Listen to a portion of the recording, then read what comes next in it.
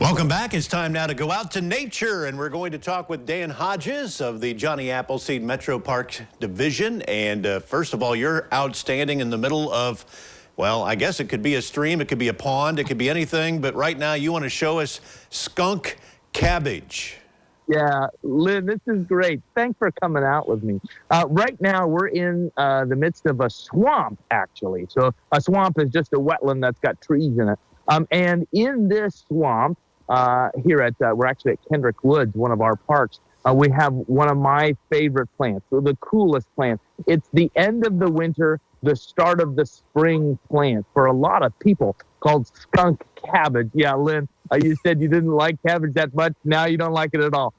Not related to regular cabbage. Let me show you this plant. So there's some of it behind me, and there's some of it over here. There's some of it at my feet, but I got one that I wanted to for you to take a look at. So come on down here. You got to get down low to the ground, and you can start to see this little plant in here. So here it is. It's got kind of it's called a space that pushes up out of the soil and kind of breaks into the air. And when the space opens up, it's like this little hood, and you can see inside there's a little, it's a little knobby ball thing. Well, that's the flower. So this plant right here is blooming. And you might think, well, Dan, it's not time for things to be blooming. But here it is.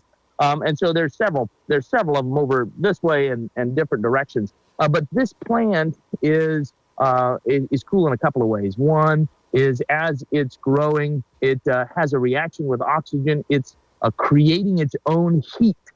So this plant right here is what we call thermogenesis. It's creating its own heat. It's warm-blooded, and it's melting its way out of, well, what maybe should be ice here in February, early March. But this plant also, well, it smells bad. So if you look at it here, its coloration is, I don't know if you can see that very well. It's kind of red and mottled, almost like a dead animal, honestly. And it smells, here, smell that. It doesn't smell good thank either. You. I'll pass on that one. I think it smells like if you left cabbage in your trunk for 2 or 3 weeks and then you ran over a skunk on the road, kind of a rotten cabbage ode to skunk.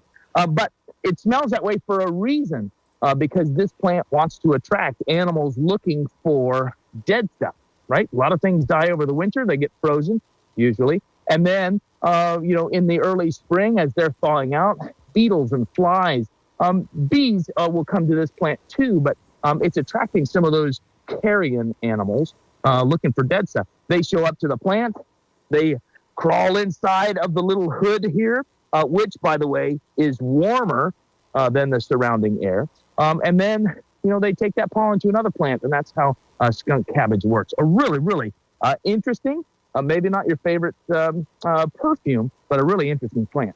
All right, we've got about 45 seconds left. I know you've got an event coming up on Sunday. Tell us about that.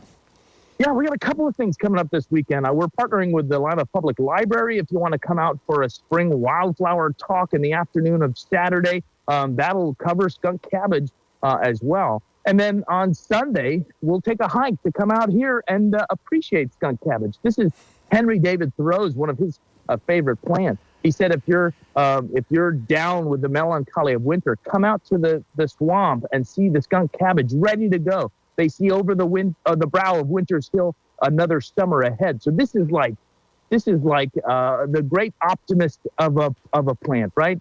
Let's get rid of winter. Let's bring on the spring. So come out and join us.